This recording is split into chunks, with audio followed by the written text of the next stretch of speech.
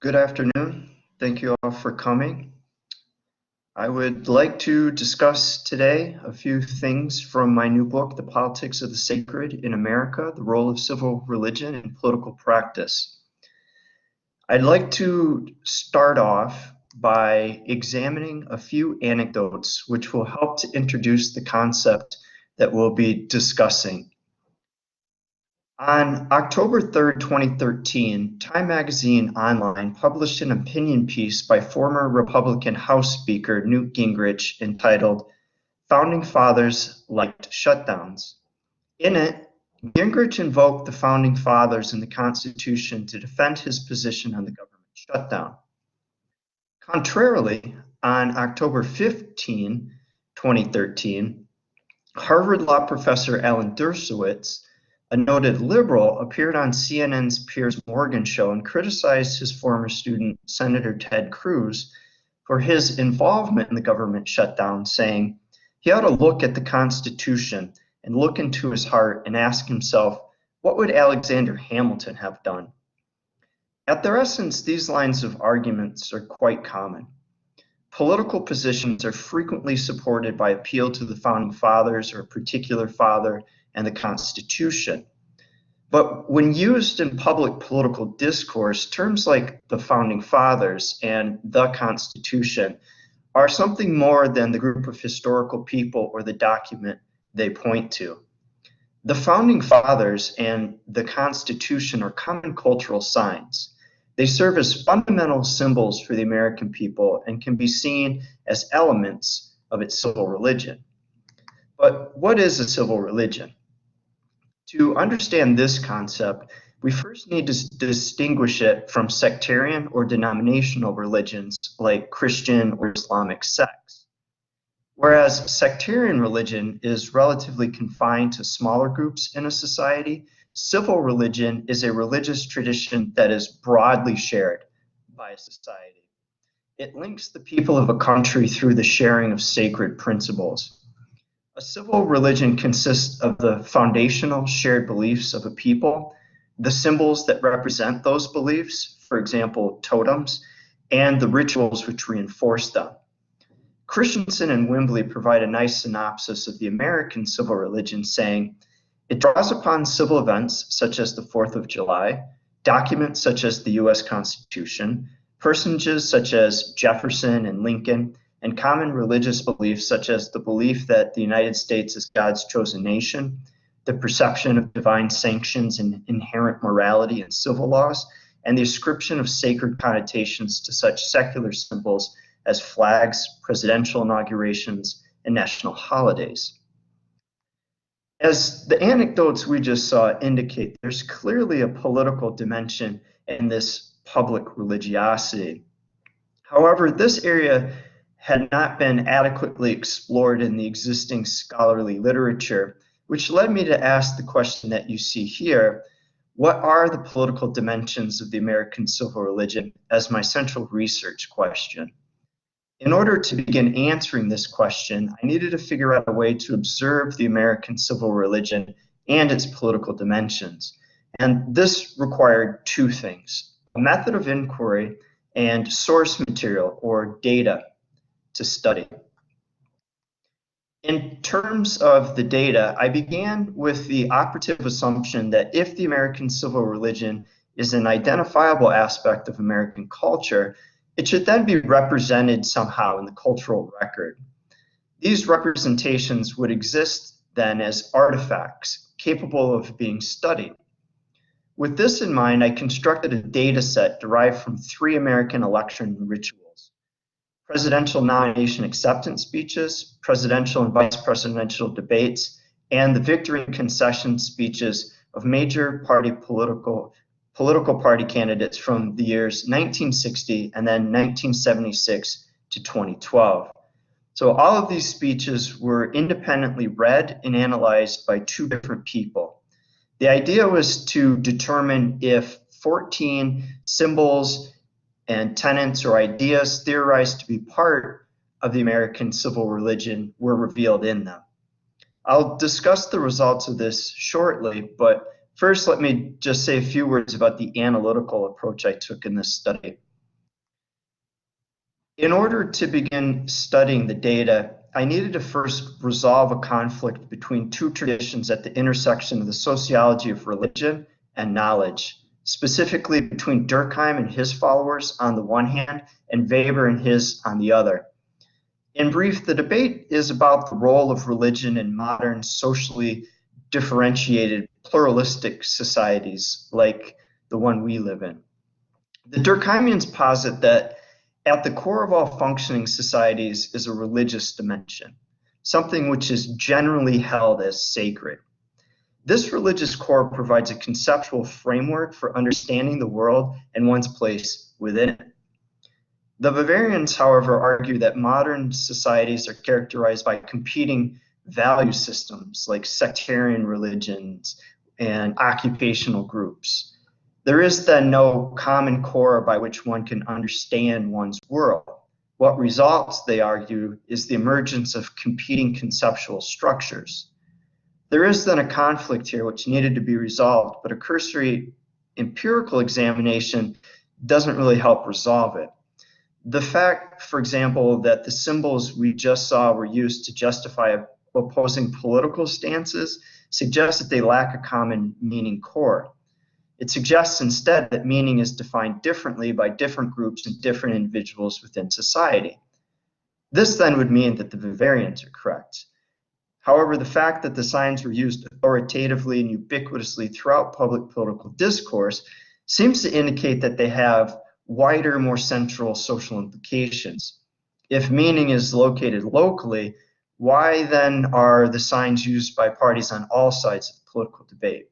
The fact that diverse parties and diverse interests feel compelled to use them suggests that the Durkheimians are correct about a common conceptual framework.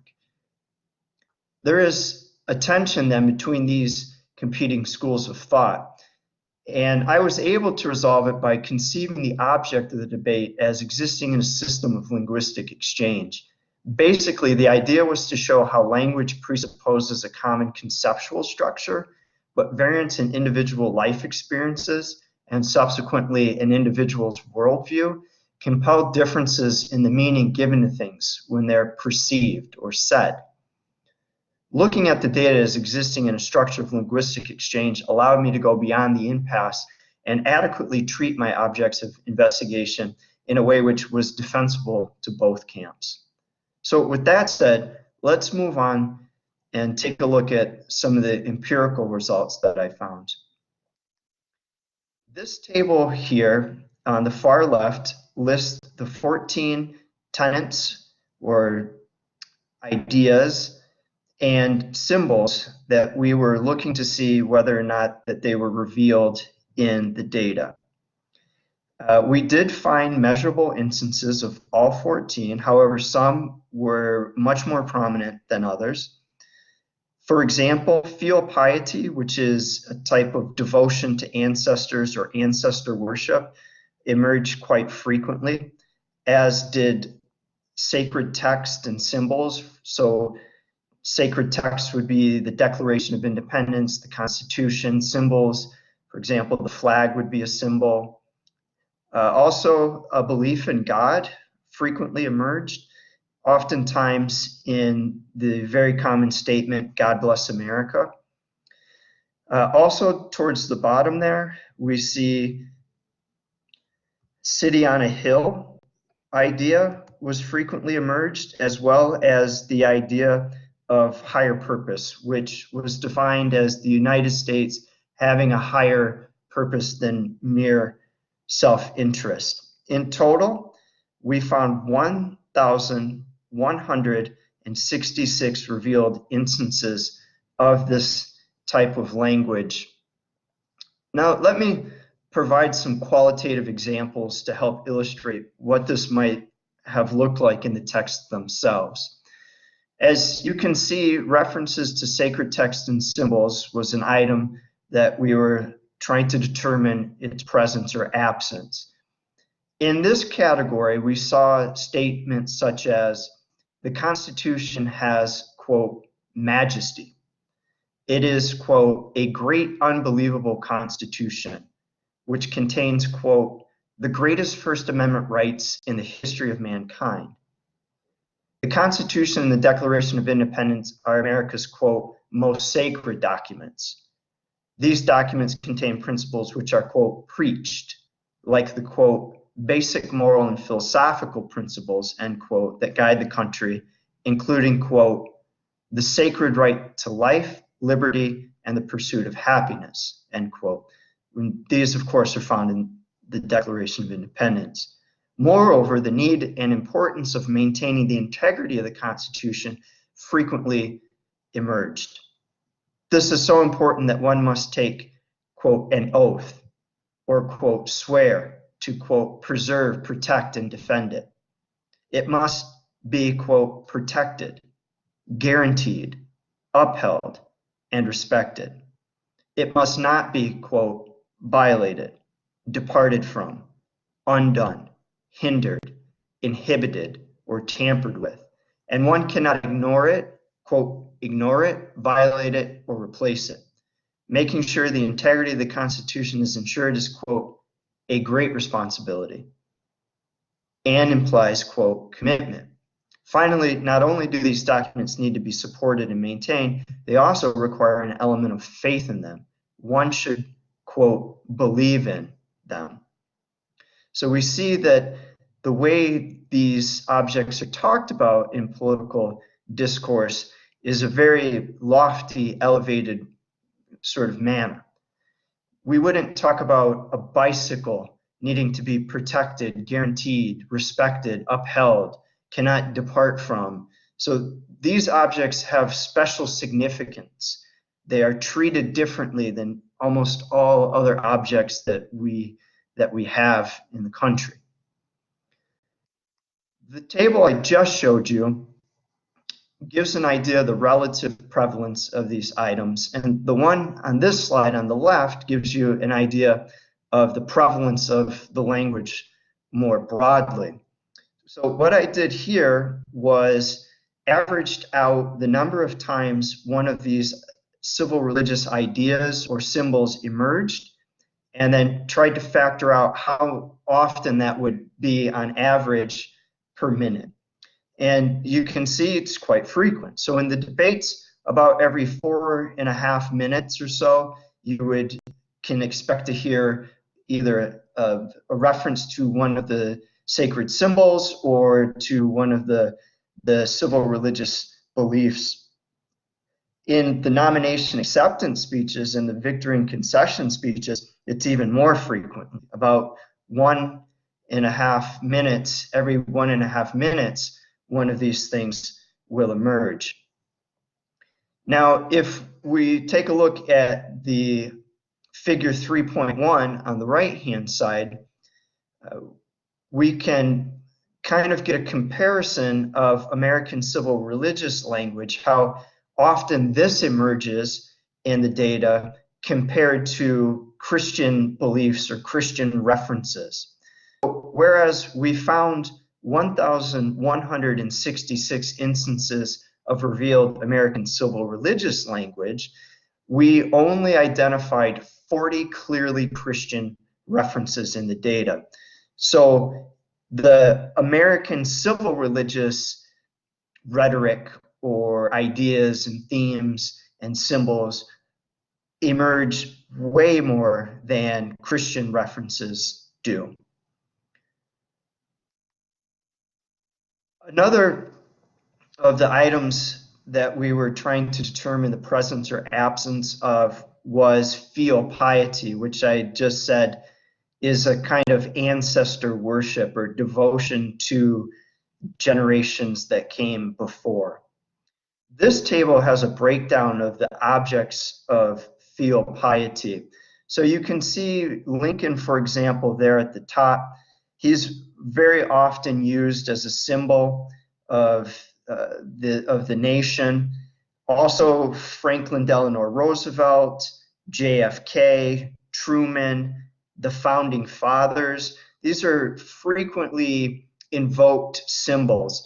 And I might mention as well that even though Lincoln was a Republican, Lincoln is used as a symbol by Democrats and Republicans. And even though Kennedy, for example, is a Democrat, Republicans will use Kennedy as an American symbol. So these are not partisan symbols. They're more unifying symbols for the nation. And an interesting thing, you can see Reagan there has quite a few in comparison to some of the other objects of filial piety. He had 12 revealed instances of being invoked as a symbol, a national symbol. And the interesting part about that is for most of, or a good chunk anyway, of the data time period that we were looking at, Reagan was a contemporary political figure. If his name was mentioned, it wasn't mentioned as a symbolic way of representing something about the United States. It was in a politicized way. But starting in the late 90s and then in the early 2000s, we see this emergence of him being invoked as a national sign, and by, again, both Republicans, his party, and Democrats, his opposition party. Of the objects of filial piety that we discovered, only 3 people of color, Martin Luther King Jr., who was invoked 7 times, Fannie Lou Hamer, a civil rights leader, and Booker T. Washington, were invoked 1 time each. And only 2 women were invoked, Hamer and Eleanor Roosevelt, and they were invoked just 1 time each as well. So from this, we can see that there is a clear white male bias in the filial piety of the American civil religion. I also looked to see how the articulation, overall level of articulation of American civil religion language varied over time. As you can see from this slide, there appears to be a small increase in time. That red line looks like it maybe is going up slightly over time. However, we did some statistical analysis on this, and it indicated that this relationship isn't statistically significant, which made sense according to our theoretical expectations. So what you're seeing in this slide is actually a very stable use of the language over time. So it's something that persists at a high rate over time. Finally, I found there is no statistically significant difference in the amount the different parties use the American civil religious language. Democrats and Republicans use it the same. Also, there was no difference between incumbents and non-incumbents, nor between vice presidential and presidential candidates. All these findings suggest that indeed the American civil religion is a pervasive, deeply entrenched, and widely diffused cultural phenomenon which transcends particularism and party identification. So with this broad empirical examination in place, I turned my attention to some case studies. Specifically, I chose to take a look at signs of filial piety and signs of the sacred texts, which would be the Constitution and the Declaration of Independence. And this is what I found. In nearly all the cases, I discovered a 3-part contextualization, which included the expression of a civil religious idea, what I'm calling on this slide a signifier, a reference to the candidate or an issue or policy stance, and then some reference to the nation. A qualitative example will help to illustrate how this contextualization works. In his 1984 Republican nomination acceptance speech, Reagan states, "Isn't our choice really not one of left or right, but of up or down? Down through the welfare state to statism to more and more government largesse, accompanied always by more government authority, less individual liberty, and ultimately totalitarianism, always advanced as for our own good. The alternative is the dream conceived by our founding fathers, up to the ultimate and individual freedom consistent with an orderly society. First, we can clearly spot the president's use of the filial piety sign, the Founding Fathers, which establishes a sacred reference point by which what he says can be connected to the American civil religious sacred. We can also see several references to issues, for example, the welfare state, more government legis, and individual liberty. Moreover, note the use of the signifiers choice and alternative. With them, the president brings his candidacy and himself into the picture. Essentially, Reagan attempts to define limited government as something sacred by invoking a sign of filial piety referencing the Founding Fathers. Simultaneously, he's also attempting to define himself as the candidate who can shepherd the nation down the path of righteousness, delivering it from the evil of totalitarianism. But Reagan isn't the only one to use this type of language. In 2012, we can see another attempt to use a sign of filial piety to define the role of government. In his Democratic nomination acceptance speech, Obama asserts, "We don't think government can solve all our problems, but we don't think the government is the source of all our problems any more than our welfare recipients or corporations or unions or immigrants or gays or any other group we're told to blame for our troubles. Because America, we understand that this democracy is ours. We, the people, recognize that we have responsibilities as well as rights, that our destinies are bound together, that a freedom which asks only what's in it for me, a freedom without a commitment to others, a freedom without love or charity or duty or patriotism is unworthy of our founding ideals and those who died in their defense." Here, Obama uses the signs, our founding ideals, and we the people as signs of filial piety toward the Founding Fathers. However, unlike Reagan, Obama contextualizes these founding ideals with federal government action. For Obama, government is not the problem. Instead, it's the vehicle which carries out the will of the people, bounds destinies together, and carries out one's commitment to others. Whereas government was a threat to individual freedom for Reagan, government allows for the fulfillment of freedom for Obama. Whereas a limited federal government was the vision of the Founding Fathers according to Reagan, an interventionist government is the vision of the Founding Fathers according to Obama. Furthermore, notice how these examples illustrate the use of national group references. In the section of text from Reagan, we can see that he uses the signifier "our" 3 times. In the Obama passage, he uses "we" and "our" or "ours" repeatedly, as well as "we the people" and other signifiers of national unity. In short, this helps to define the Founding Fathers or similar signs as "our" or belonging to us, that is, the American national group. In these examples, both contextualize their positions using the Founding Fathers, effectively attempting to define their positions in sacred terms. In this way, both can be understood as making theological arguments about the role of government in society. Their source of theological authority is the Founding Fathers, and this is revealed in their use of the similar civil religious signs. We can see then that arguments which use American civil religious language seek to define political stances in sacred terms.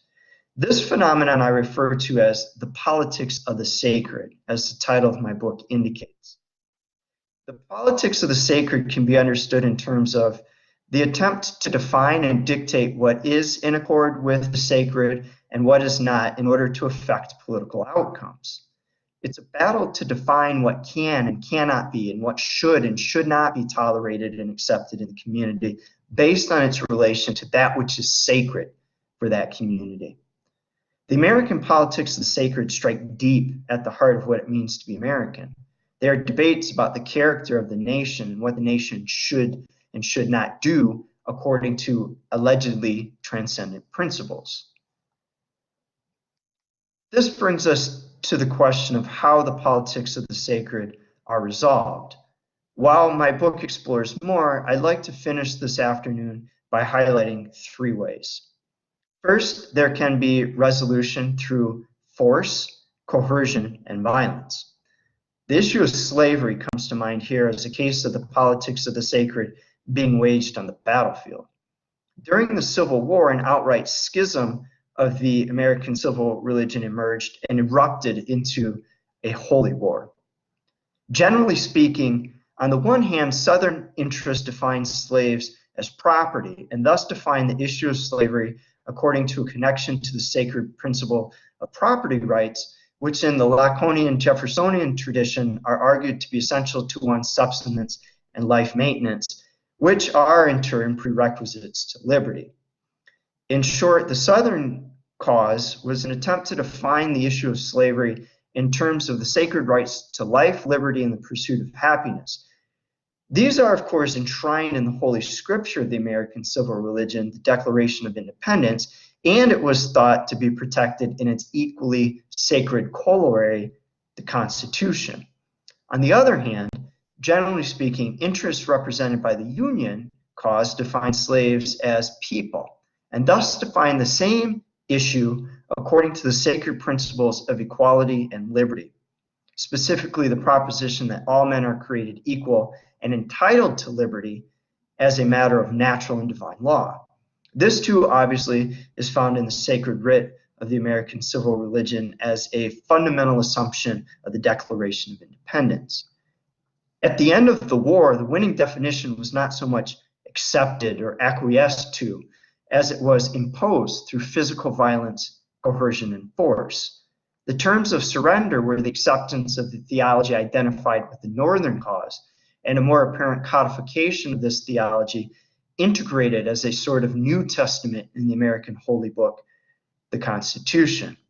I'm speaking, of course, about the Civil War amendments, which made explicit what Northern civil theology professed, that is, that slaves are human and thus entitled to treatment as such in accordance with the will of the God of the American civil religion as revealed in the Declaration of Independence. Not all politics of the sacred, however, are contested on such violent, bloody terms. First, elections offer reform for presenting alternative civil theologies and permit the society to choose between them through the ballot.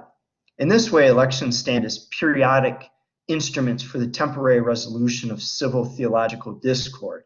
However, these resolutions are incomplete for several reasons. For example, they're only temporary and they're reversible at the next election. Moreover, electoral victories do not always translate into victories in the creation, administration, and enforcement of public law. Second, judicial politics are also an institutional ground for contesting the politics of the sacred. However, unlike the case of electoral politics, those found in this realm are much more lasting and final in character. In American institutional politics, the Constitution stands as the highest, most authoritative legal document. The legality of actions, rules, laws, regulations, etc., are ultimately judged based on their accord with the principles and procedures of this document. The Supreme Court enjoys the highest authority to decide what is and is not legal according to the highest, most authoritative legal text. Furthermore, the structural position of the Supreme Court is to be the most authoritative and most conclusive interpreter of the Constitution.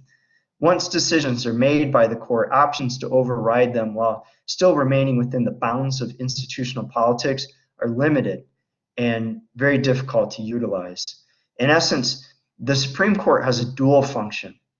They are the chief legal authority in the American institutional politics, and they are also the chief theological authority in the American politics of the sacred. They are the American Council of Ayatollahs tasked with extracting the truth from the holy text. I would like to end by saying that discord and the resolution of discord are central features of a stable and functioning society. The politics of the sacred are about contesting and resolving disagreement over the most central and fundamental aspects of the society.